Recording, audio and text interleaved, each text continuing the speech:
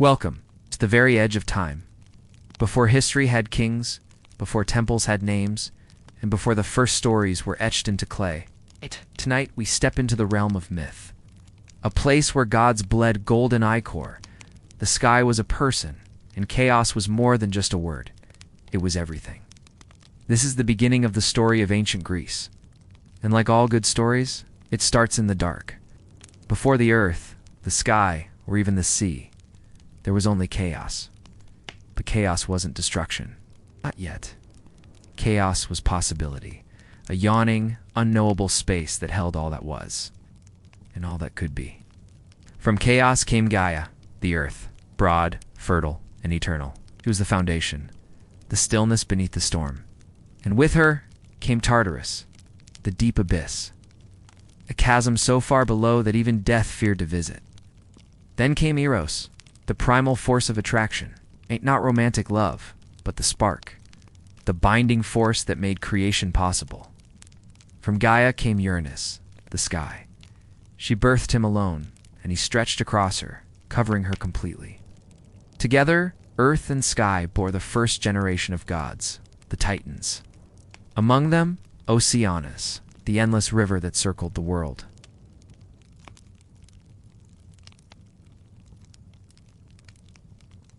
Cronus, the youngest, shrewdest, and perhaps at the most dangerous. Now, listen carefully, because this is where Greek mythology begins to twist itself, where love becomes fear and creation births conflict. Uranus, fearful of his children's power, buried them deep inside Gaia's body, into the earth itself. It was more than imprisonment. It was betrayal. Gaia groaned with pain. It's not metaphorical pain. The pain of a mother who has been made into a prison. And so, she forged a plan. She crafted a blade of unbreakable flint and gave it to her son Cronus. And when Uranus descended once more to lie across Gaia, Cronus struck. With one blow, Cronus severed his father's power, casting Uranus into the sky, forever separated from the earth. And the blood, oh, the blood. From the blood of Uranus spilled into the sea came terrible and wondrous beings, the Erinyes, or Furies, spirits of vengeance. The giants, born not of ambition, but of pain. And far off in the foaming sea, a beautiful and terrible being formed from sea foam and sky blood, Aphrodite, goddess of love and desire. She would arrive much later, but her birth was already whispered in the wind. Cronus had overthrown the sky. The Titans now ruled. But power, in Greek mythology, always comes with a warning. Cronus, now king, feared his own children. He had heard a prophecy that one of them would rise against him, just as he had risen against his own father.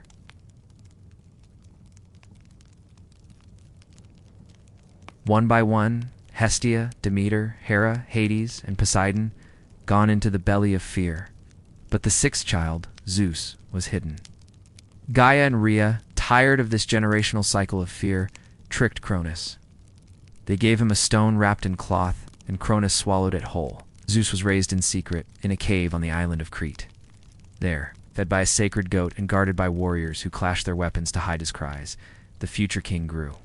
When Zeus came of age, he returned, not with hatred, but with resolve. He gave Cronus a potion that forced him to vomit up his swallowed children, now fully grown. And together, the siblings declared war. This was the Titanomachi, the great war between the gods of Olympus and the old gods of the earth. Lightning clashed with mountain. Sea roared against time. The world shook beneath their fury.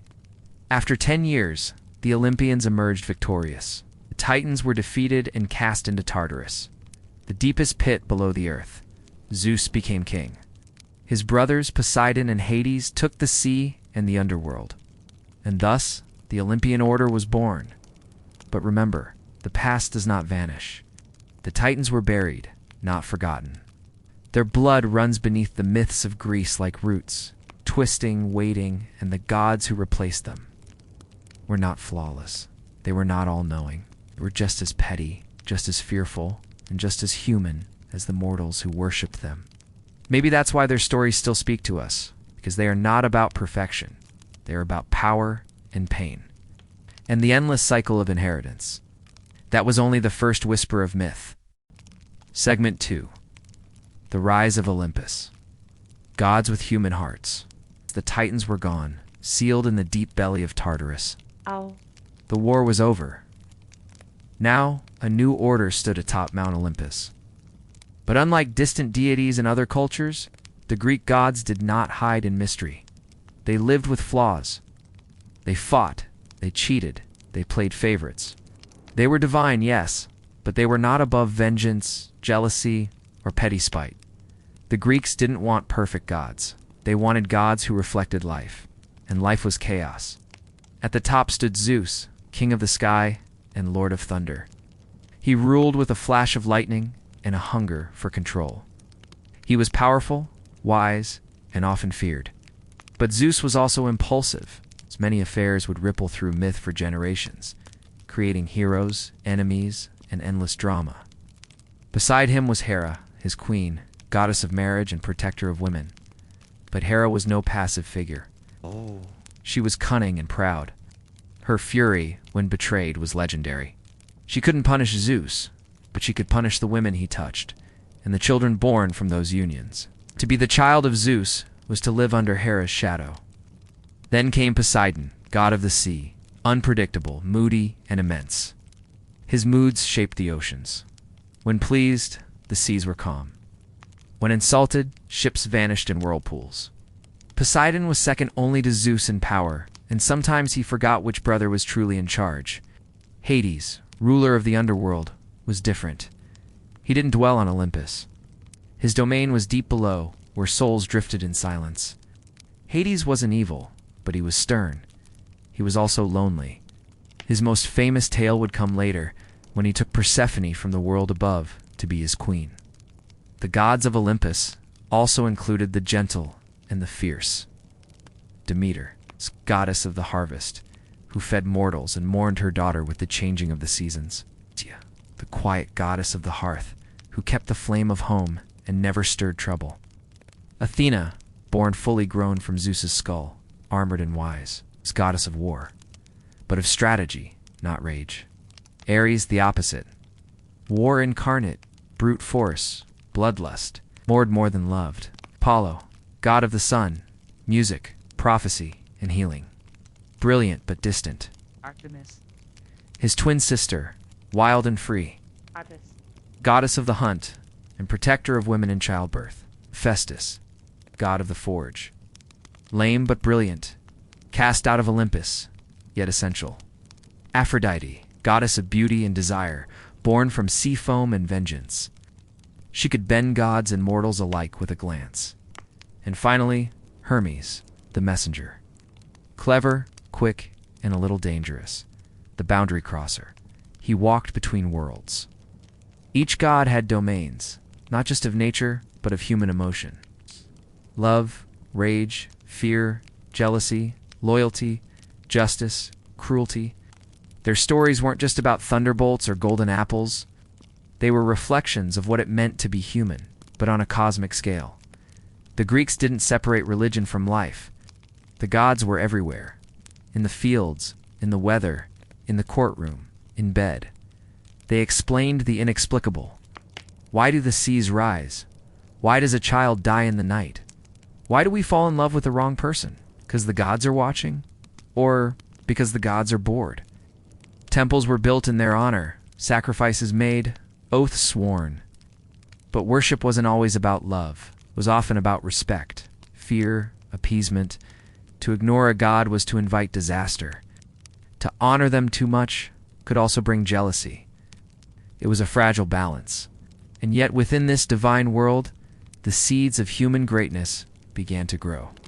Because even in their pettiness, the gods taught something vital. That power comes with a cost. That desire leads to conflict. That wisdom is rarely free. And above all, that stories matter. These myths were not just bedtime tales. They were blueprints for life. They taught honor, warned of hubris, and showed what happens when pride meets fate. And fate was not to be trifled with. The Fates. 3 shadowy sisters. Spun, measured, and cut the thread of every life, even the gods. Not even Zeus could change what they had woven, so the gods ruled. The people prayed, and the world spun forward, full of lightning and shadow. But Olympus could not stay still forever. Segment 3. The Age of Heroes, where myths become men. The gods ruled the heavens and the forces of nature, but on earth, a new kind of legend was being born. They were not divine, though they carried the blood of Olympus in their veins. They were mortal, but not ordinary. They were heroes. And in Greece, heroism didn't mean kindness. It meant power, bravery, tragedy. These were men, and occasionally women, who stood toe-to with monsters, kings, and sometimes fate itself. The Age of Heroes was not a historical period. It was a golden dream, a bridge between the gods and humanity. It gave the Greeks something they could see themselves in. Flawed beings full of glory and grief. It began with tales that echoed across the mountains and seas. Heracles, known to the Romans as Hercules, was the son of Zeus and a mortal woman. He was strong enough to strangle serpents as a baby, but strength did not protect him from suffering. Driven mad by Hera's jealousy, Heracles killed his own wife and children. As penance, he was given 12 impossible labors: to slay the Nemean lion, to capture the golden hind, to clean the stables of Augeas, to bring back Cerberus from the underworld. Each task was more than a test of strength. There were trials of endurance, will, and the burden of guilt. Then there was Perseus, who beheaded the snake-haired Gorgon, Medusa. Armed with gifts from the gods, a mirrored shield, a sword, and winged sandals, he didn't kill for glory, killed to survive, to protect his mother and later to rescue a princess chained to a rock. Theseus, the clever prince of Athens, traveled to Crete to face the Minotaur, half-man, half-beast, hidden deep within a twisting labyrinth. He succeeded not through force, but with the help of a woman, Ariadne, who gave him a ball of thread. Intelligence, not just strength, saved him. And then came the most famous of them all, Achilles, a demigod born of a sea nymph and a mortal king. Raised with prophecy in his shadow, he was told, live a long life in obscurity, or a short one remembered forever, chose glory. His story unfolds in the Trojan War, a conflict sparked by beauty, pride, and divine manipulation. Paris of Troy stole Helen, queen of Sparta. But Helen was no mere woman. She was said to be the daughter of Zeus. The Greeks launched 1,000 ships to bring her back. What followed was a 10-year siege, a war of kings and heroes, gods and fate. Achilles was unstoppable in battle, but his pride cost him dearly. When his honor was insulted, he withdrew from the war, letting his comrades suffer. Only the death of his closest friend, Patroclus, drove him back, not out of duty, but vengeance. He killed Hector, prince of Troy, in single combat. Then he dragged the body behind his chariot. Glory in the Greek world was rarely clean. Achilles would die soon after. Struck in the heel, the one place left vulnerable after his mother dipped him in the river Styx. The war ended not with battle, but with cunning. The Trojan horse, a gift left outside the city, hiding Greek soldiers inside. The gates opened. Troy fell. And yet even after the war, the pain lingered. Odysseus, king of Ithaca, spent 10 more years trying to return home. His journey was not heroic in the way of swords and shields. It was a battle of endurance. Against cyclopes, sirens, storms, and his own longing. He was clever, flawed, and very human. He wept.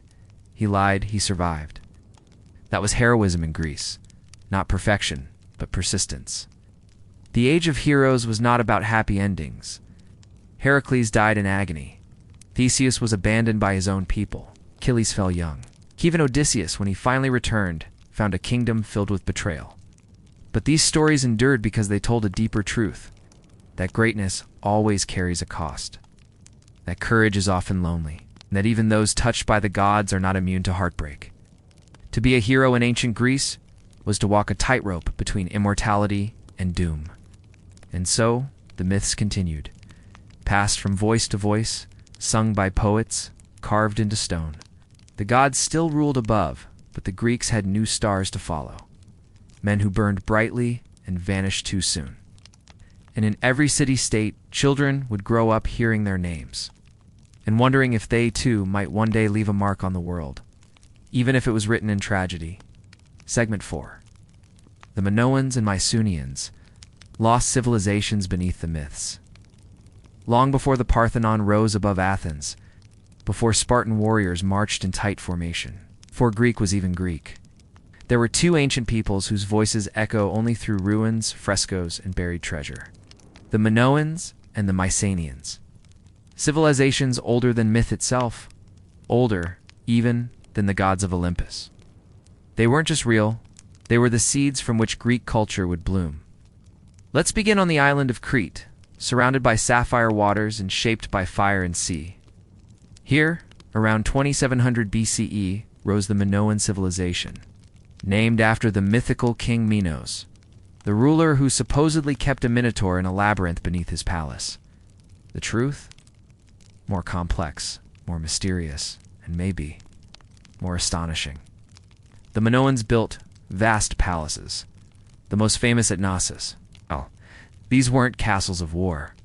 They were sprawling complexes filled with open courtyards, winding corridors, colorful walls, and advanced plumbing systems. Yes, plumbing minus 2,000 years before Rome. They painted their walls with dolphins and lilies, leaping bulls and elegant dancers. There was joy in these images, movement, life. The Minoans were sailors, merchants, artists. Their society, at least what we know of it, seems peaceful. No great armies, no towering walls, no glorified warfare. They worshipped female deities, goddesses of fertility and animals. The snake goddess, holding serpents in both hands, became an icon of their mystery. But around 1450 BCE, the Minoan world unraveled. Some say it was a massive volcanic eruption, possibly from Thera, Dardan de Santorini, that triggered earthquakes, tsunamis, and famine. Others suggest they were conquered by a new power rising on the mainland. Enter the Mycenaeans. Unlike the Minoans, the Mycenaeans built with war in mind. Fortresses, thick walls, and weapons made of bronze. Their kings ruled from high citadels.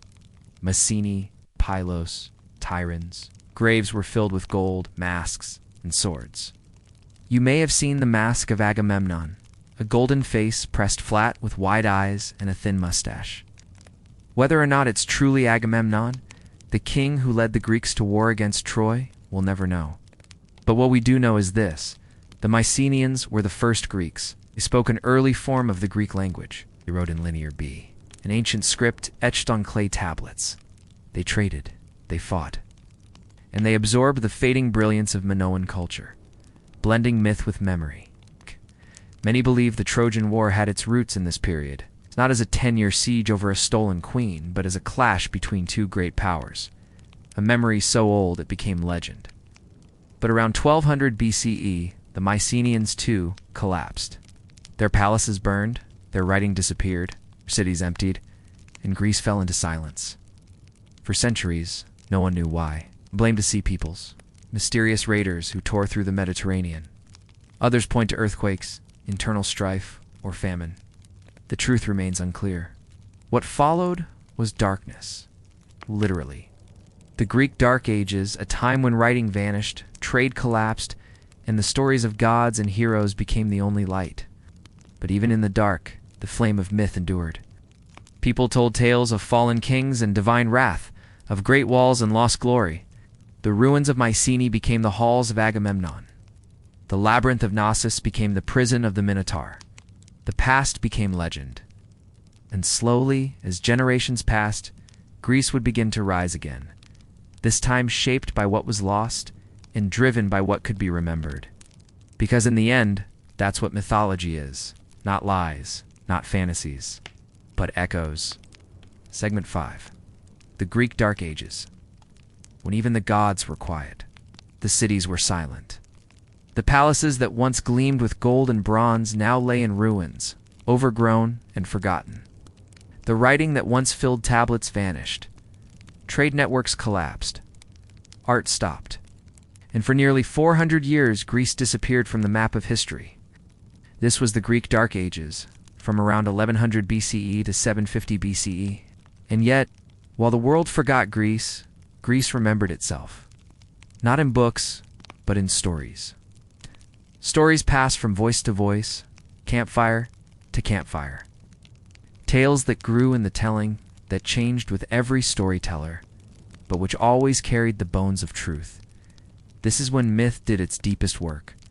When the past became a dream that refused to die.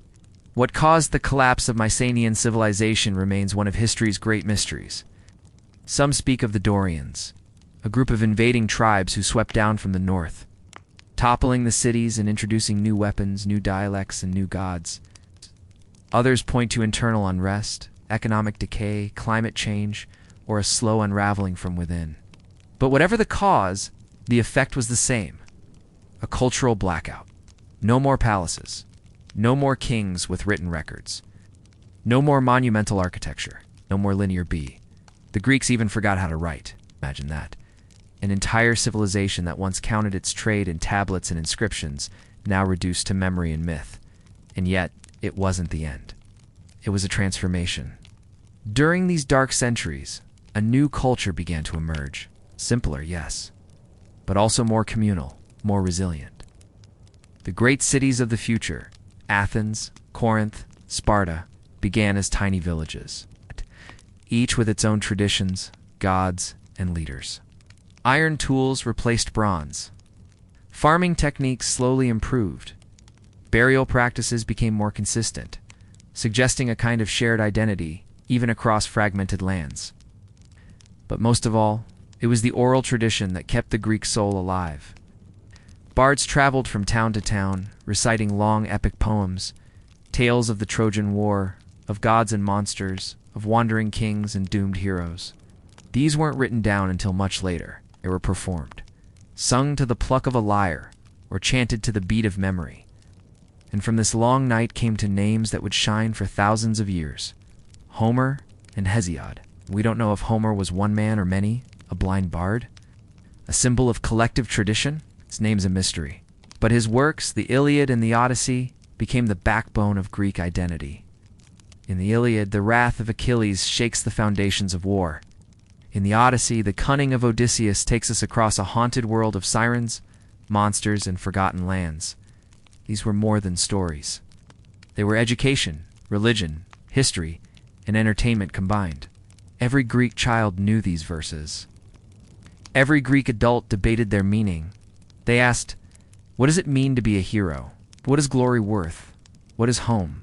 And Hesiod, the other great voice, gave the Greeks their theogony, the genealogy of the gods, and the works and days, a guide to farming, morality, and justice.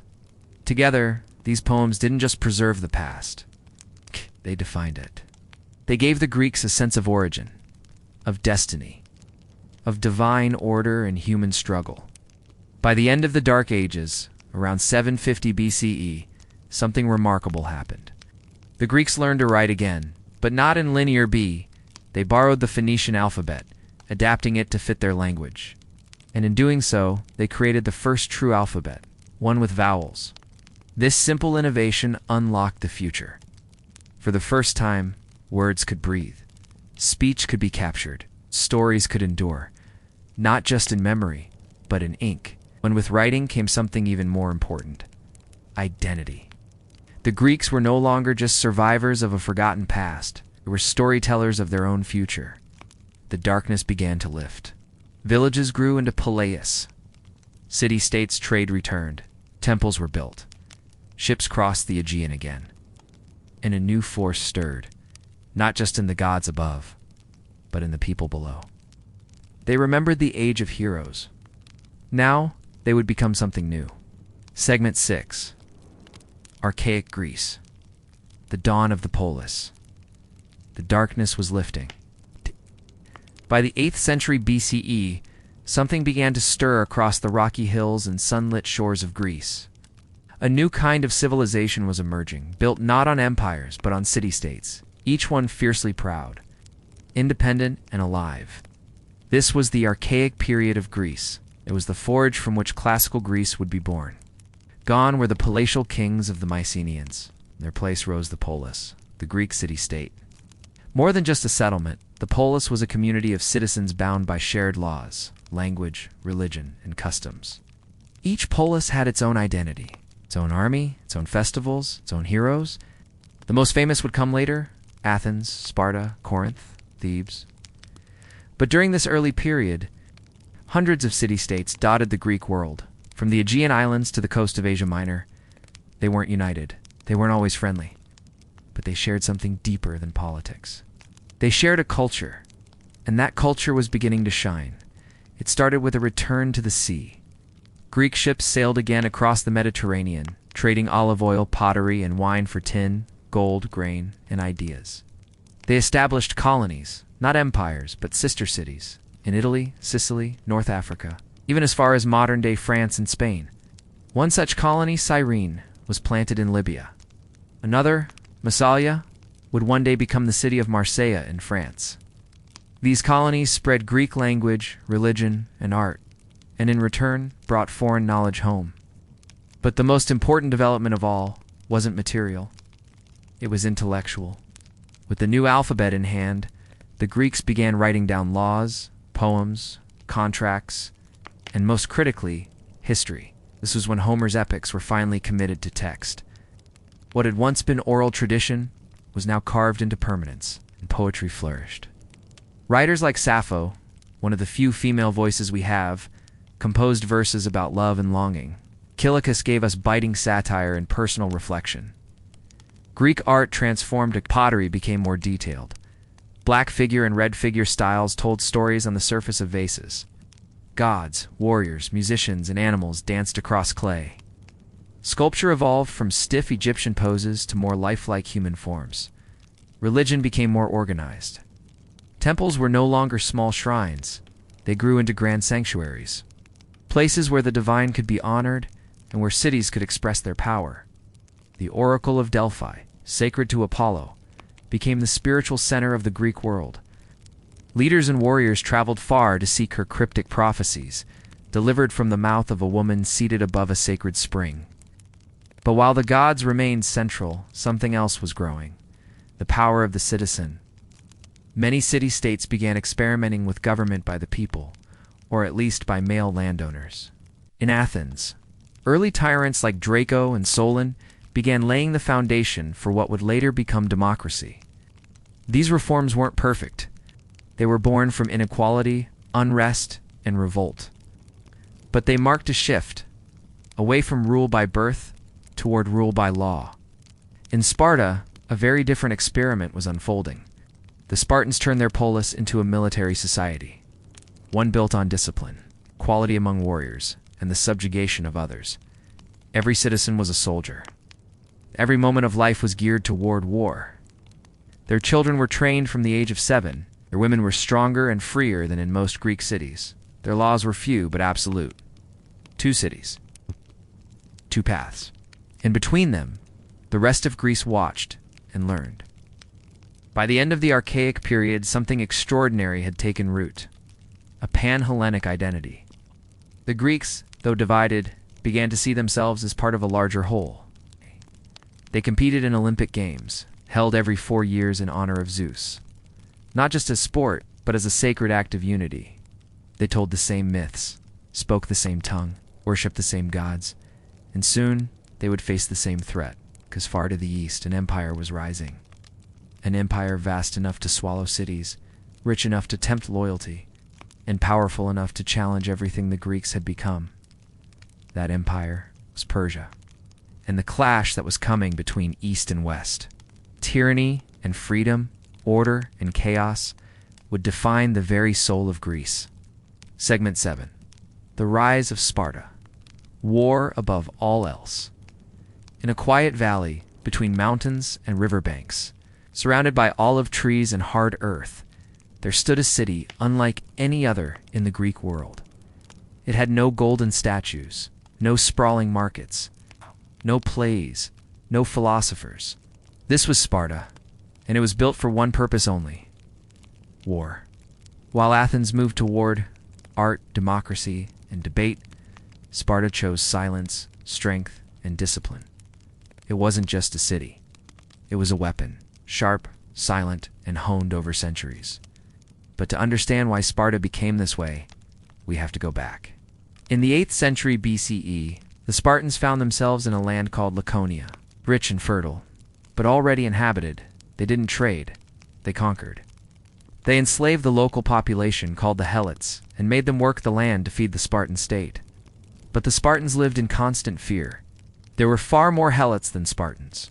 Some say 7-1, and rebellion was always one spark away. So Sparta turned inward, hardening itself into something brutal, efficient, and cold. They stripped away luxury, individuality, even family ties. At the heart of this system was the agoge, a brutal education program that turned boys into warriors. At age 7, Spartan boys were taken from their families and placed in state-run barracks.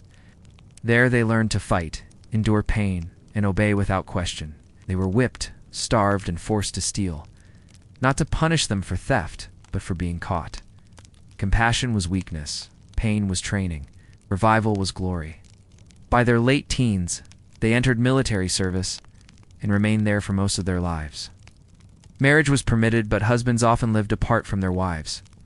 Continuing to train and eat with their fellow soldiers until they were 30, a Spartan man was not judged by his wealth, his words or his ideas, only by how well he fought and how loyally he died.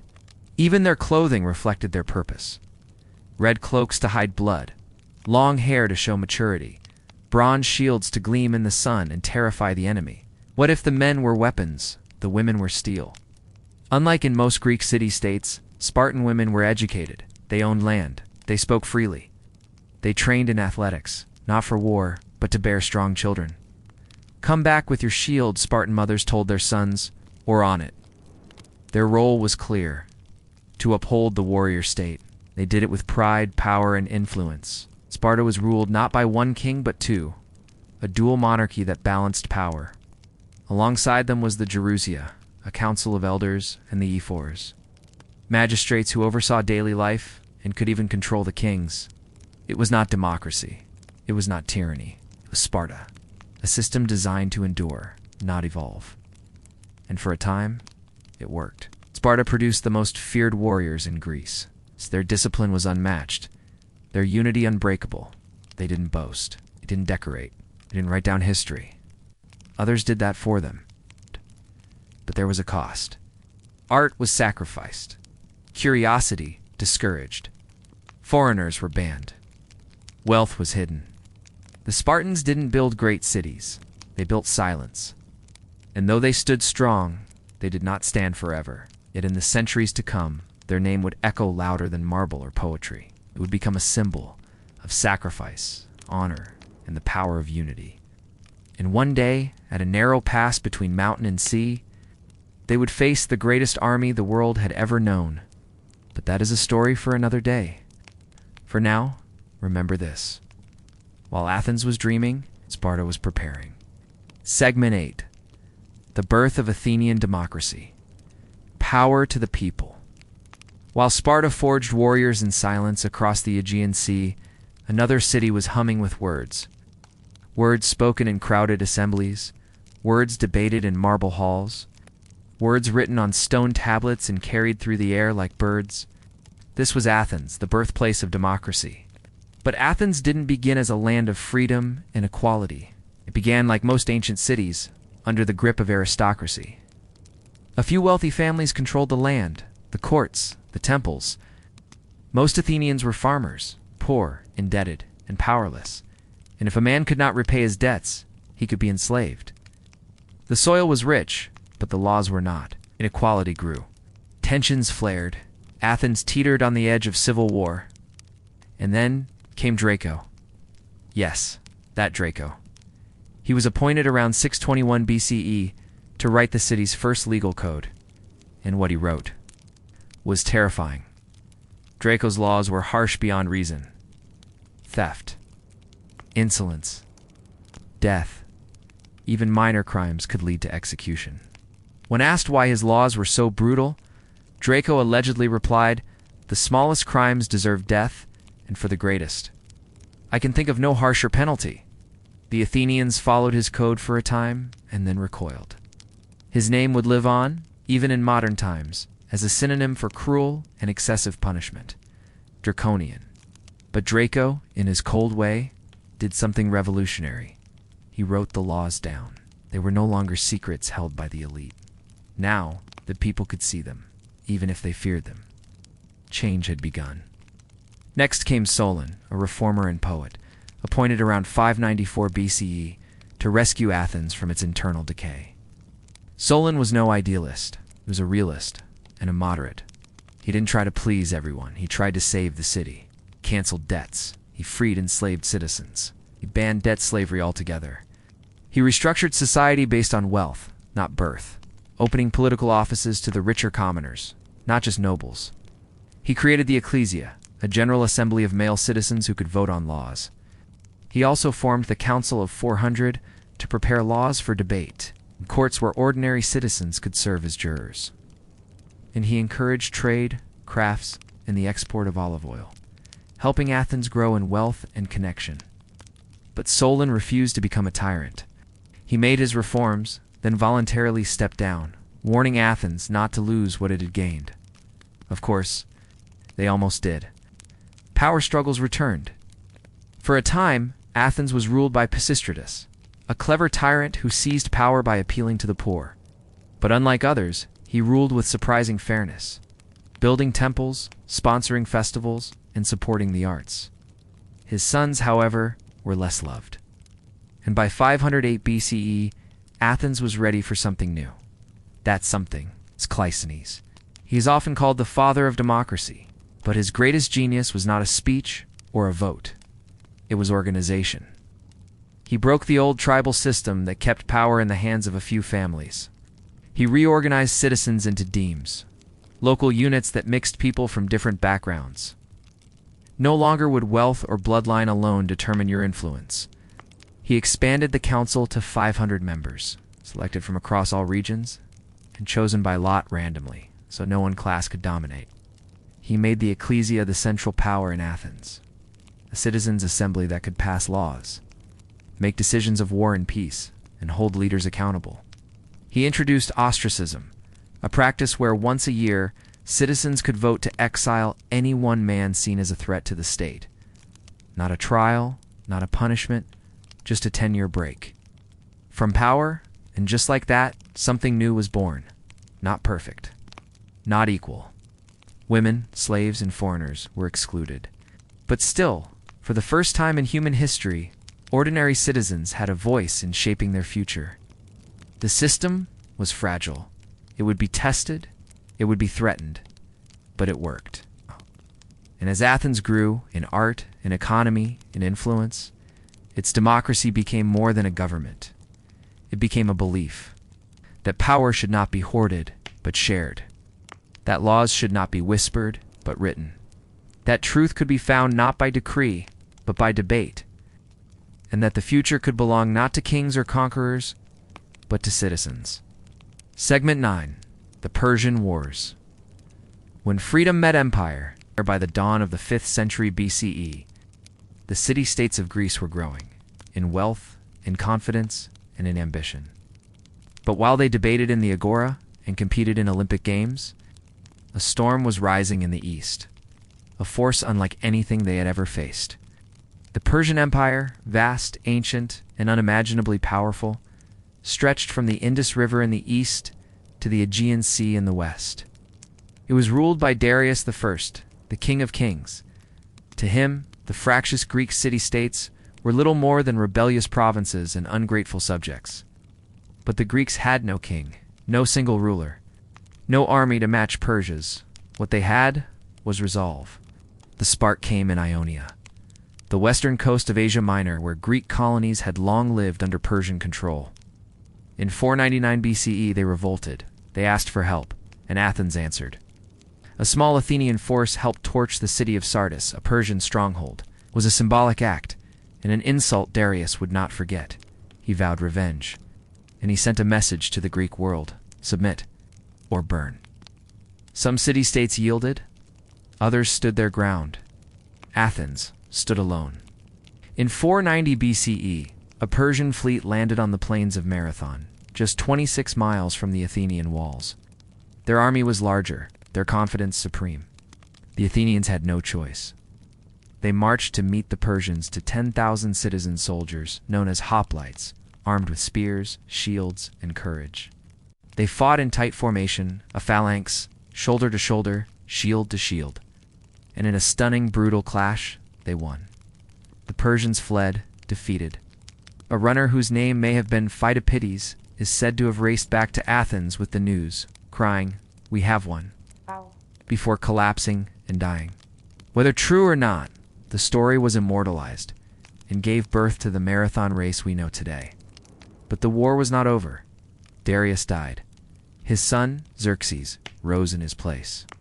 And he would not settle for a skirmish. He gathered a force unlike any before, hundreds of thousands of men, engineers, archers, ships, bridges that spanned seas. In 480 BCE, Xerxes invaded Greece, not just to punish, but to conquer. This time, the Greeks united. Even Sparta and Athens, bitter rivals, agreed to fight side by side. And at a narrow mountain pass called Thermopylae, the Persian army met its first true resistance. King Leonidas of Sparta led a small force, 300 Spartans, along with a few thousand allies, to hold the pass. They fought with discipline, fury, and no hope of survival. For 3 days, they held back the Persian tide, until betrayal showed the Persians a hidden path around the pass. Leonidas dismissed most of his troops. He and his 300 Spartans remained. They fought to the last man. They died, standing. Their sacrifice became legend. While Persia marched south and burned Athens, the Greek spirit did not break. At sea, the Athenian general Themistocles lured the Persian navy into the Straits of Salamis, narrow waters where the Persian numbers counted for nothing. There, the smaller, faster Greek triremes rammed, boarded, and sank the invaders. Xerxes watched from a throne above the sea as his fleet burned. He returned to Persia. His army was left behind, only to be defeated a year later at the Battle of Plataea. And just like that, the greatest empire on earth was humbled. Not by numbers, not by wealth, but by a people who believed freedom was worth dying for. The Persian Wars changed everything. They gave the Greeks a new sense of identity, not just as Athenians or Spartans, but as Hellenes, as one people standing against tyranny. Athens, in particular, emerged proud, scarred, and determined. They would rebuild their city, stronger, grander than ever. They would lead an alliance of Greek states, the Delian League, to protect against future threats. And in their victory, they would begin something new. A golden age, a time of philosophy, art, democracy, and beauty. But beneath the surface, rivalry simmered. Sparta resented Athenian power, and soon, the allies who fought side by side at Plataea would turn their spears against each other. Segment 10. The Golden Age of Athens. Glory, ideas, and the seeds of war. Athens stood among ruins, her temples charred, her statues broken, her citizens weary, and yet she was victorious. The Persians had been repelled. The threat of annihilation was over. And from the ashes of war, Athens chose not just to rebuild, but to ascend. What followed was one of the most extraordinary chapters in human history. The Golden Age of Athens, a period of about 50 years, from roughly 480 BCE to 430 BCE, was an explosion of art, intellect, and political innovation. It was the moment when a city of stone became a beacon of civilization. At its heart was one man, Pericles. Born into nobility, Pericles was a general, a statesman, and a visionary. He believed that Athens should not only defend its values, but display them, proudly, permanently. He oversaw the construction of the Parthenon, temple dedicated to Athena, the city's patron goddess. It rose atop the Acropolis, a symbol of resilience, beauty, and divine favor. Built in marble and adorned with intricate sculptures, the Parthenon wasn't just a religious site, it was a message, a declaration. Athens had not only survived, it had triumphed. It wasn't the only masterpiece. Sculptors like Phidias carved gods and heroes in lifelike perfection. Painters adorned pottery with scenes from myth and daily life. Architects refined the column and the portico into timeless forms. But the greatness of Athens was not just in its buildings. It was in its people. The Athenian democracy, still limited to male citizens, reached its most radical form under Pericles. Ordinary men, chosen by lot, filled the courts and councils. Public service was paid, so even the poor could participate. Debate became a civic duty. Rhetoric, an art, philosophy, a way of life. And in the agora, the public square, ideas collided like waves on stone. Here walked Socrates, barefoot and relentless, asking uncomfortable questions. What is justice? What is courage? What is the good life? He claimed to know nothing. But by challenging others, he revealed their ignorance. His method was not to teach, but to provoke, to awaken. His student, Plato, would later preserve his teachings and build on them, crafting visions of ideal republics and eternal truths. And Plato's student, Aristotle, would go further still, cataloging the natural world, dissecting logic, ethics, politics, and poetry. His influence would ripple through time to shape medieval Europe, the Islamic Golden Age, and the Enlightenment. But in Pericles' Athens, these men were only beginning. Tragedy also flourished, not just as entertainment, but as reflection. In open-air theaters, thousands watched the plays of Aeschylus, Sophocles, and Euripides. They saw gods fall, kings weep, innocents suffer. They watched Antigone choose death over dishonor, Oedipus uncover a fate he could not escape, and Medea destroy everything she loved. These were not happy tales, or mirrors, showing the audience their own flaws, fears, and humanity. Comedies, too, had their place, biting, political, and bold. Aristophanes mocked generals, philosophers, and even the gods. Nothing was sacred. Everything was questioned. In all this, one theme emerged again and again. Hubris. Excessive pride. Arrogance in the face of fate. The belief that one could rise above the gods, the laws, the limits. It was the flaw of kings in tragedy. It was becoming the flaw of Athens itself. For while Pericles built, others watched with suspicion. Athens had grown rich, in part from the Delian League, an alliance of city-states created to protect Greece from Persia. But the League's treasury had been moved to Athens, its funds used to build temples.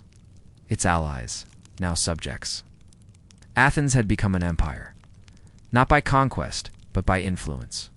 And not everyone appreciated it. Sparta, always wary of Athenian ambition, watched as its rival grew in pride and power. Tensions rose, small conflicts flared, treaties were signed and broken. And behind the marble and the music, behind the debates and the democracy, the drums of war began to beat once more. Athens had reached its peak, but the higher the climb, the further the fall. Segment 11. Daily life in classical Greece. Humanity beneath the glory, amid the marble columns, the epic battles, and the dazzling ideas. There were people, ordinary people, because ancient Greece, for all its philosophy and legend, was not just a stage for gods and warriors. It was a living, breathing world full of farmers, potters, fishermen, mothers, slaves, and children.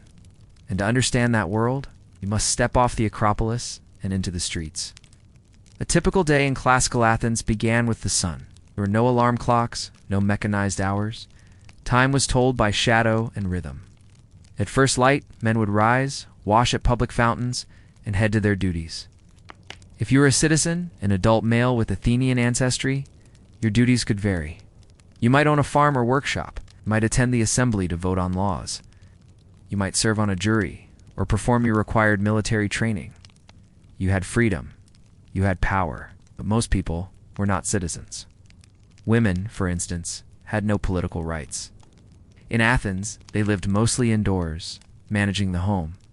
They supervised slaves, raised children, prepared food, and wove cloth. Marriage was expected. Girls were typically wed by age 15, often too much older men. Love was not the purpose. Alliance and stability were. And yet within these roles, women found influence, especially within religion. They led rituals, tended sacred fires, and served as priestesses. Most notably, the Pythia, Oracle of Delphi, whose words shaped nations. In Sparta, things were different. Women trained in athletics, owned land, and spoke freely. A Spartan woman might mock her husband for cowardice, something unheard of in Athens. Then there were the medics, foreigners who lived and worked in the city. They paid taxes, served in the army, and contributed to society, but could never be full citizens. And finally, the slaves, the backbone of the Greek economy. They were everywhere. Some worked in households, others in the silver mines of Lorien in brutal conditions. Some were tutors and scribes, educated slaves, captured in war. Slavery was not based on race. It was the product of conquest, trade, and birth. And it was accepted, even by the philosophers. To the Greeks, freedom was a privilege, not a right. The homes of Athens were simple, made of mud brick, centered around an open courtyard. Privacy was rare. Water came from public fountains. Meals were modest. Bread, olives, cheese, wine, and fish. Meat was a luxury, mostly eaten during festivals. Children were raised to fit their roles. Boys attended school, learning, reading, writing, arithmetic, music, and physical training. At 18, they began military service. Girls at home learned domestic skills. Stories and myths were shared orally, not just to entertain, but to teach values. Obedience, loyalty, honor, moderation. Religion was everywhere. Not dogma, not holy books, but daily practice. The gods were present in all things. Storms, harvests, childbirth, illness. Every home had a shrine.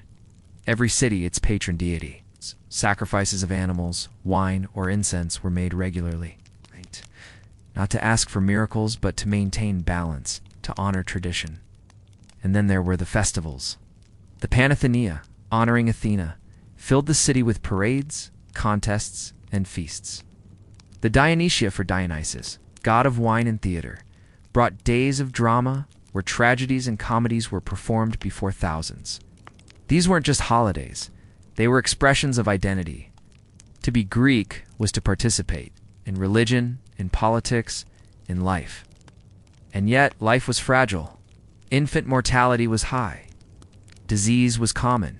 War was constant. A plague could wipe out a third of a city's population in weeks, as it would do to Athens during the Peloponnesian War. Still, people endured.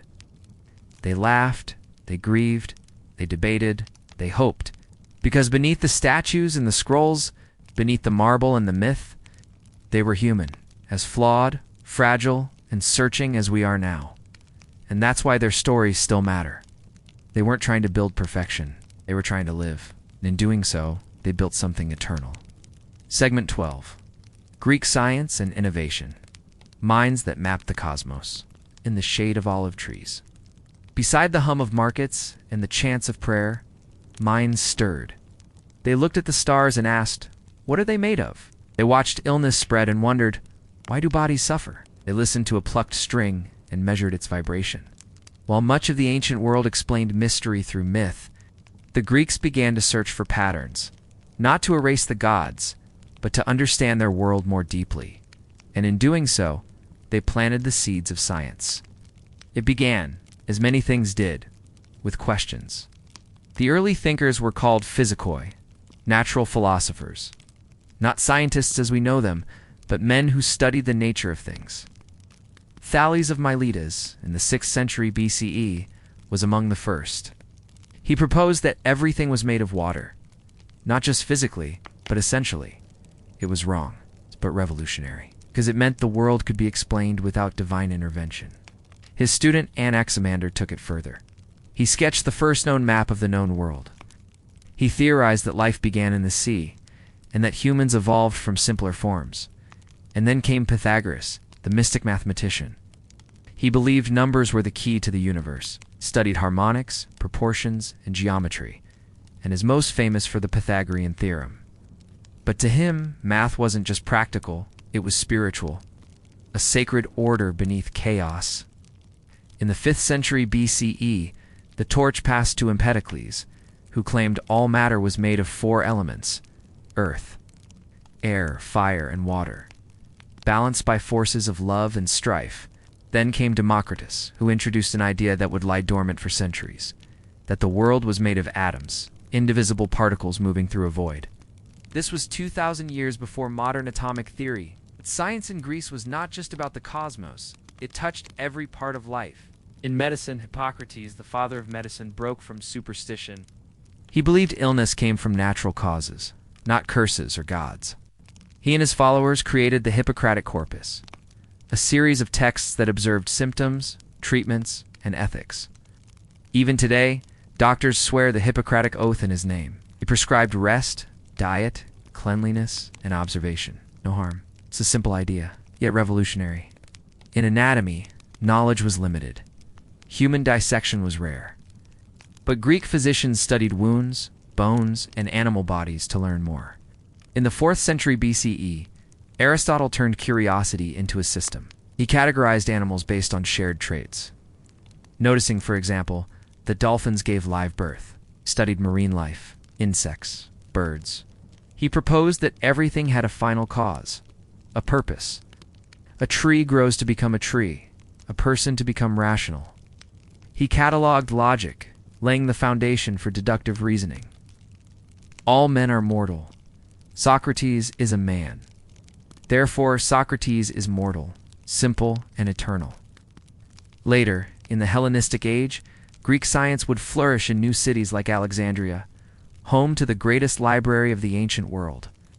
There, Eratosthenes calculated the Earth's circumference with surprising accuracy, using only shadows and math. Archimedes, from Syracuse, discovered the principles of buoyancy, created war machines, and explored the foundations of calculus long before Newton. And Hero of Alexandria invented a primitive steam engine, centuries ahead of its time. Greek science wasn't perfect. It lacked experimentation. Many theories were speculative, not tested, but the spark had been lit. The Greeks believed the universe was knowable, not through prophecy, but through reason. That nature followed laws. That truth could be uncovered, not just through faith, but thought. And though wars would come, empires would fall, and libraries would burn, those ideas endured. Passed from Greece to Rome, from Rome to the Islamic world, from there to Europe, and from there. Segment 13. Greek theater and literature. The stage of the soul. At the foot of the Acropolis, carved into the stone of the hillside, sat a place where the soul was stripped bare, in public. A place where citizens laughed, wept, and saw their own fears played out by masked performers beneath the open sky. This was the theater, not just a form of entertainment in ancient Greece, but a sacred ritual, a civic event, a mirror for the city itself. And at its center stood one god, Dionysus, god of wine, ecstasy, and madness, the god of release. Each year, during the Dionysia festival, thousands of Athenians gathered in the theater of Dionysus to witness a week of plays. It wasn't a private affair. Attendance was paid for by the state. Even the poorest citizens could come. Because theater wasn't a luxury, it was a necessity. A public act of reflection, shared by all. The earliest Greek plays were tragedies, from tragos, meaning goat song, perhaps tied to ancient sacrificial rituals, and they were serious, the most sacred, the most human. The three great tragedians, Aeschylus, Sophocles, and Euripides, gave voice to questions that still haunt us. Aeschylus, the father of tragedy, fought at Marathon and wrote with grandeur and reverence. His Orestia trilogy explored justice and revenge, from bloodshed to law, from chaos to order. Sophocles, more refined, gave us Oedipus Rex, the story of a man who tries to escape his fate, only to run into it headlong. Oedipus blinds himself, not because he sinned knowingly, but because he didn't know. His downfall is not evil, it's ignorance. And in that lies the tragedy. Euripides was the outsider, the rebel. His plays were raw, personal, subversive. In Medea, he portrayed a woman so betrayed, so furious, that she kills her own children to punish her unfaithful husband. His women were complex, his heroes flawed, his gods indifferent.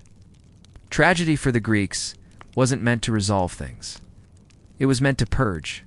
The philosopher Aristotle called it catharsis, the cleansing of emotion through fear and pity. You left the theater not comforted, but changed. But tragedy wasn't all there was. The Greeks also loved to laugh and to mock. Enter comedy. The most famous comic playwright was Aristophanes, a master of satire. His plays were political, absurd, and often vulgar. In The Clouds, he ridiculed Socrates as a madman suspended in the sky. In Lysistrata, he imagined women ending a war by refusing to sleep with their husbands until peace was made. Comedy was not escapism. It was confrontation with power, hypocrisy, and the absurdity of life. Greek theater used masks, exaggerated, symbolic, and universal. All roles, even women, were played by men. The chorus narrated, danced, commented, like the conscience of the story.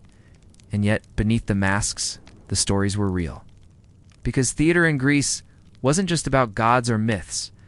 It was about what it means to be human, about how we deal with pain, pride, love, loss, about how we live with the choices we make and the ones made for us. And beyond the stage, literature flourished in other forms. Lyric poetry, often sung to a lyre, explored personal emotion.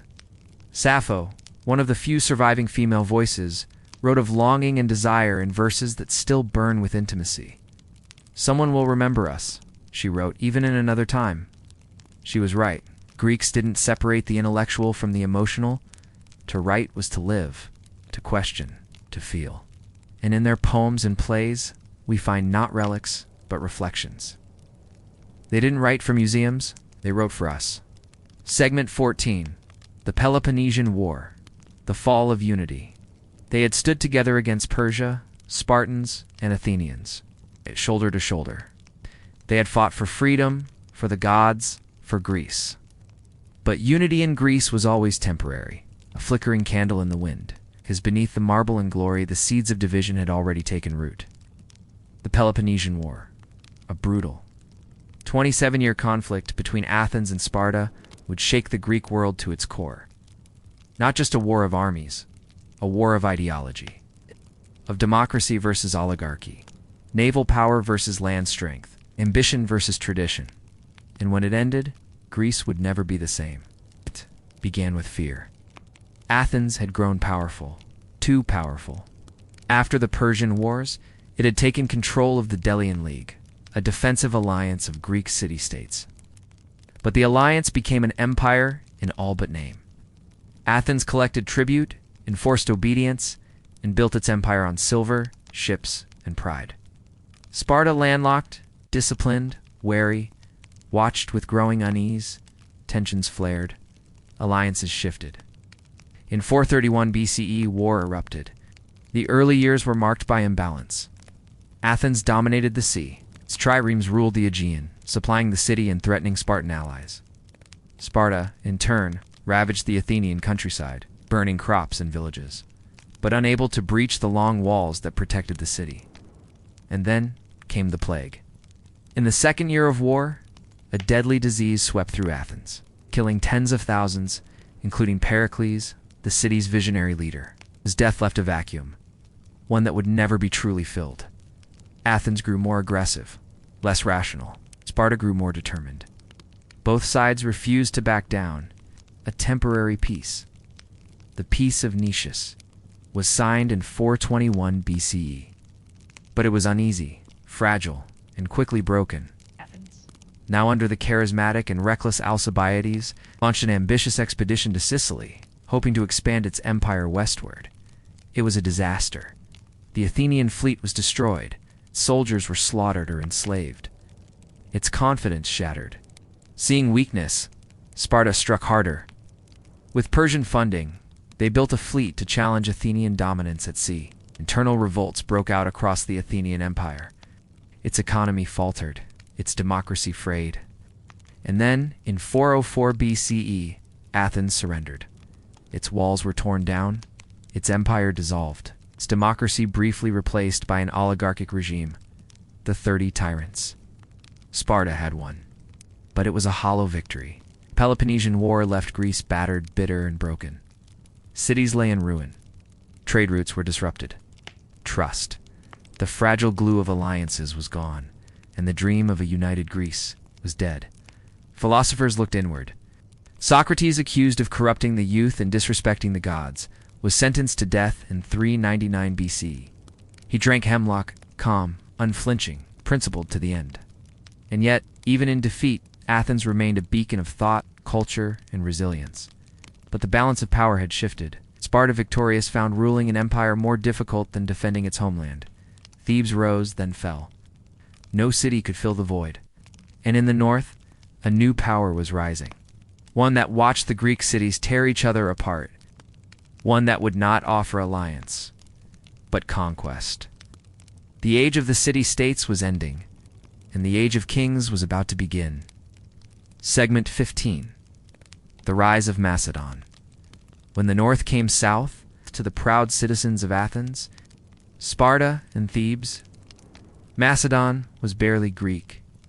A rugged kingdom in the north filled with mountain tribes and rough dialects. A land of warriors, horsemen, and kings who drank too much and spoke too loudly.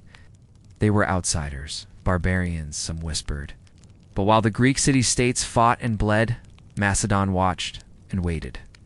And in 359 BCE, it found its fire in a man named Philip II. He would unite the fractured tribes of Macedon. Then he would turn his gaze south toward the broken, bitter lands of Greece, and nothing would ever be the same again. Philip was no ordinary king.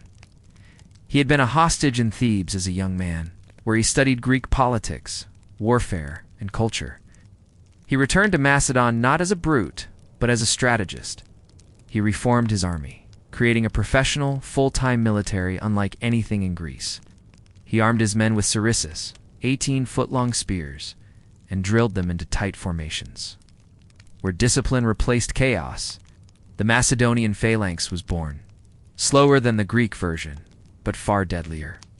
He combined this with a powerful cavalry and elite shock troops. Philip didn't just march on his enemies, he surrounded, outsmarted, and absorbed them. He married strategically, bribed when useful, fought when necessary. One by one, Greek cities fell under his shadow, not through outright conquest, but through diplomacy, manipulation, and subtle pressure. Many Greeks welcomed him, some feared him, few could stop him. In 338 BCE, the resistance finally united. Athens and Thebes stood together one last time at the Battle of Chaeronea. It was a decisive, devastating defeat. Philip now ruled Greece not as a tyrant, but as a hegemon. A king of Macedon, yes, but also a guardian of pan-Hellenic unity, at least in name. When with Greece under his control, Philip set his sights eastward, to Persia, the ancient enemy. It's the empire that had once burned Athens and challenged all of Greece. Philip planned to invade, to lead a united Greek army in a glorious campaign. But in 336 BCE, at the height of his power, he was assassinated, killed at a wedding. The reasons remain murky. Political intrigue, personal vendetta, or something deeper. He left behind a teenage son, brilliant, charismatic, untested. His name is Alexander. And soon, the boy from Macedon would become something more. A legend, a conqueror, a god to some, a monster to others. But before the world bowed before him, Greece had to learn what it meant to be ruled not by a city or even a league, but by a man. A king with a vision beyond anything the Greeks had imagined. The city-states were history. The empire was coming. Segment 16. Alexander the Great, conqueror of worlds. In 336 BCE, a boy ascended the throne of Macedon. He was 20 years old, barely grown in the eyes of the world, but in his heart burned the ambition of 10 kings. His name was Alexander. The Greeks had known conquerors, statesmen, and generals, but they had never known anything or anyone like him. He had been born in Pella to Philip II and Olympias, a princess of Epirus. His mother claimed descent from Achilles. His father from Heracles. He was taught by Aristotle, the greatest philosopher of his time. As a boy, he read Homer not as legend, but as destiny. Achilles wasn't just a hero to admire, he was a life to imitate. And when Philip was assassinated, Alexander took the throne, quickly, ruthlessly, and without mercy. He crushed rebellions in Greece. He destroyed Thebes as a warning, leaving only temples and poets untouched. Then, in 334 BCE, he crossed into Asia Minor, leading an army of Macedonians and Greeks. The campaign had begun. The Persian Empire still stood, immense, ancient, and fractured. Alexander met it head-on at the Battle of the Granicus River and won. He pressed forward. At Issus, he faced the Persian king Darius III himself. Outnumbered, encircled, nearly trapped, Alexander broke through the center and sent Darius fleeing. Darius's family was captured. His mother would later refer to Alexander as her only true son. But Alexander did not stop. He marched down the coast, taking Tyre after a brutal siege, and entered Egypt without a fight. There, he was welcomed as a liberator, as a pharaoh, founded a city at the mouth of the Nile, Alexandria, one of many that would bear his name. In 331 BCE, he met Darius again, this time at Gaugamela. It was Persia's last stand. Tens of thousands against tens of thousands. The Persians had chariots, elephants, terrain. Alexander had tactics and speed. He won. Again, Darius fled once more, only to be murdered by his own men. The Persian Empire, the ancient enemy of Greece, was now his, but Alexander was not satisfied. He pursued the remnants east, to Bactria and Sogdiana, modern-day Afghanistan, and Central Asia. He married a local princess. He dressed in Persian robes, adopted titles foreign to Greek ears. To some, he was embracing unity. To others, betrayal. His army grumbled. Some refused to go farther. Others plotted against him. Still he marched on, into India. In 326 BCE, at the Hydaspes River, he faced King Porus, riding war elephants. It was one of Alexander's hardest battles. He won. But it broke his men. They refused to go farther. They had marched for nearly a decade, seen 1,000 miles of conquest, buried too many friends. And so, reluctantly, Alexander turned back. He returned to Babylon, now the center of his empire, and began planning new campaigns. To Arabia, perhaps even west, toward Carthage or Rome. But in 323 BCE, at the age of 32, Alexander fell ill, died. Some say it was poison, others fever, malaria, typhoid, or simply exhaustion. He left no clear heir. His generals, the Diadochi, would tear the empire apart in civil war, but his legacy endured. Alexander's conquests spread Greek language, culture, and ideas across 3 continents. From Egypt to India, cities bore Greek names. Philosophy, science, and art merged with Eastern traditions. This was the beginning of the Hellenistic Age, a fusion of East and West. In less than 13 years, Alexander had changed the world. But he also raised eternal questions. Was he a liberator, or a tyrant, a visionary, or a megalomaniac? Was he truly great, or simply lucky?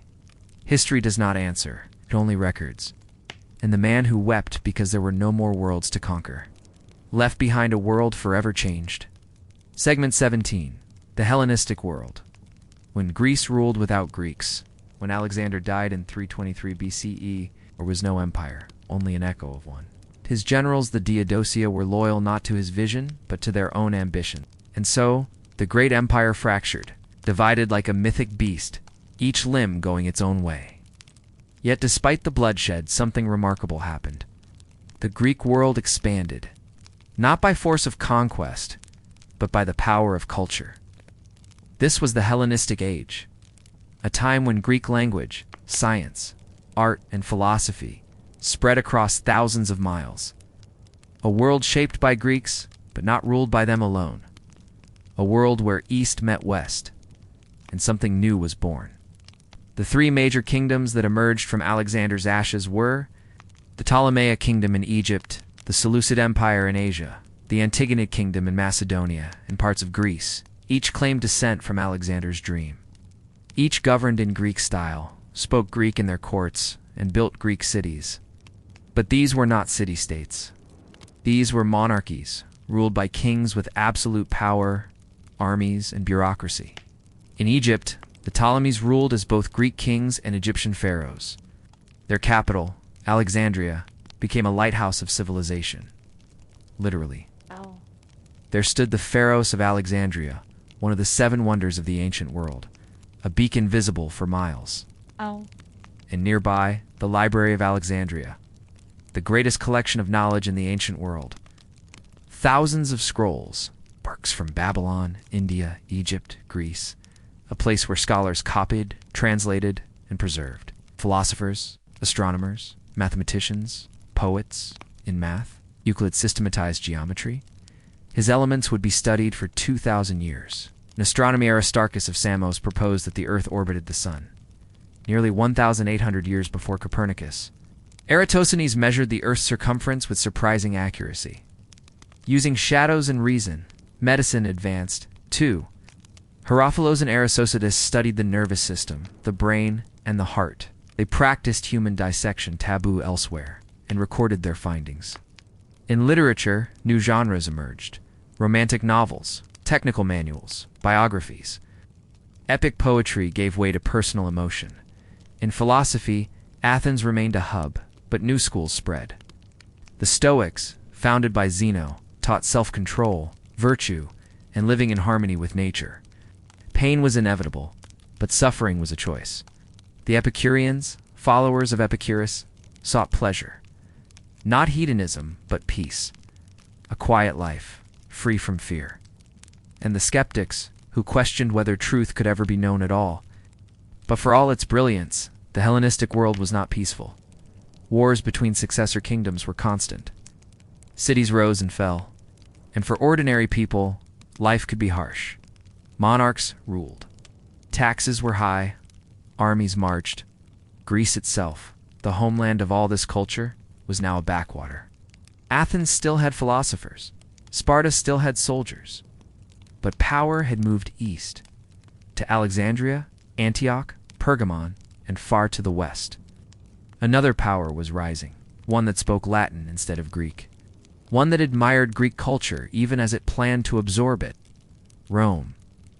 The Romans would not just conquer Greece, they would inherit her. But in this moment, this brief golden twilight, the ideas of a small rocky land had spread across the world, not by domination, but by imagination. Segment 18. Philosophy and Ethics. How the Greeks taught us to think when the temples faded and the armies disbanded, when the empires turned to dust. One thing remained: ideas. No civilization questioned itself like the Greeks did. They asked not only what is, but why it is. They didn't just build cities, they built concepts of justice, of virtue, of the self. They didn't just worship gods, they examined them, challenged them, replaced them with reason. In doing so, they taught the world something radical: to think. Began with Socrates, the stonecutter's son with a sharp tongue and an unshakable mind. He left no writings. What we know comes from others. But his method, questioning everything, changed everything. He would stand in the marketplace and ask simple questions with impossible answers. What is justice? What is courage? What is a good man? He claimed to know nothing, but his questions unmasked pretense, exposed contradiction, and forced people to confront their own ignorance. For this, he was hated. In 399 BCE, Socrates was put on trial for corrupting the youth and impiety. He was offered exile. He chose death. He drank hemlock. Calm, composed, free. His student, Plato, recorded his words, and much more. Plato founded the Academy, the first formal institution of higher learning in the Western world. He imagined a world beyond this one, a realm of perfect forms. In this world, all chairs are flawed. But the ideal chair exists somewhere in the realm of truth. The same for justice, beauty, goodness. Our world, he said, is a shadow of a greater reality. In his Republic, he described an ideal state ruled by philosopher kings, wise, rational, and immune to the corruption of power. Plato's work shaped not just Greece, but all of Western thought. But his most famous student disagreed. Aristotle, the son of a physician, loved the world as it was. He trusted observation over speculation, categorization over imagination. Where Plato saw metaphysical forms, Aristotle saw substance, things with properties, causes, and functions. He studied everything, biology, logic, politics, ethics, poetics. He believed happiness was the goal of life, not fleeting pleasure, but deep, rational flourishing. Man, he wrote, is a political animal. To live well, one must live in community, guided by reason, practicing virtue. His Nicomachean Ethics asked not what is right in theory, but how a person becomes good in practice. Courage, for example, was the mean between cowardice and recklessness. He taught moderation, discipline, and balance. Later schools would build on and challenge these foundations. The Stoics, founded by Zeno of Citium, believed that virtue was the only true good. They taught acceptance of fate, control over emotion, and living in harmony with the logos, the rational order of the cosmos. A Stoic did not seek wealth, pleasure, or fame. Only wisdom and inner peace. The Roman Emperor Marcus Aurelius would later write Stoic meditations during war, carrying Greek ethics into Roman power. The Epicureans, by contrast, believed that pleasure, not pain, was the highest good, but not excess, tranquility, friendship, simplicity, the absence of fear, especially fear of death or the gods. The gods may exist, Epicurus said, but they do not interfere. Death is nothing to us, because when we exist, death is not. And when death is, we are not. It was philosophy as liberation. And then there were the skeptics, who asked, can anything be truly known? Their answer, no, not with certainty, not absolutely. And therefore peace comes not from truth, but from letting go of the need for it. Greek philosophy was not an academic game. It was a way of life. It taught not what to think, but how, trained citizens, advised rulers, comforted the dying. It influenced law, education, science, and religion, from Christianity to Islam to the Enlightenment. And though centuries have passed, the questions remain. What is the good? What is the self? How should we live? And still, we answer in Greek. Segment 19. The fall of Greek power. When Rome watched and waited, no empire lasts forever. And though Greece gave the world its myths, its art, its philosophy, it could not keep its independence. The brilliance of its culture far outshone the strength of its politics. While the Greeks looked inward, debating truth, beauty, and virtue, another power was rising in the West, practical, disciplined, patient. Rome. The decline of Greek power wasn't sudden, it was slow. A century-long unraveling. After the death of Alexander, his empire shattered into rival kingdoms. The city-states of Greece were caught in the middle, no longer dominant, merely pawns in larger games. Sparta was a shadow of itself. Athens, still rich in ideas, had lost its armies and authority. New leagues formed, like the Achaean League and Aetolian League, attempting to unify Greek cities for common defense. But unity came too late. Rome had already crossed the Adriatic. It began with diplomacy, then protection, then interference. The Greek cities welcomed Roman ambassadors at first. They invited Roman generals to settle disputes at first. But Rome did not offer help. It offered control. And resistance was met with force. In 197 BCE, at the Battle of Cynocephalae, the Romans defeated Philip V of Macedon. Was a turning point. Rome had mastered the phalanx and broken it. In 168 BCE, at Pydna, Rome crushed the last Macedonian king, Perseus. The kingdom was dissolved. Greece was declared free, but in name only. Cities rebelled. Rome retaliated. In 146 BCE, after a revolt by the Achaean League, Rome marched on Corinth.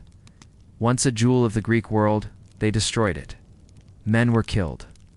Women and children sold into slavery. Statues stolen. Temples looted. That same year, Rome also razed Carthage, its great rival in the West. It was a message. Resistance will not be tolerated. Greece was now part of the Roman Republic. And yet, even in defeat, Greece triumphed, because while Rome conquered Greece militarily, Greece conquered Rome culturally. The Roman elite spoke Greek. They read Homer, Plato, Aristotle. They studied in Athens.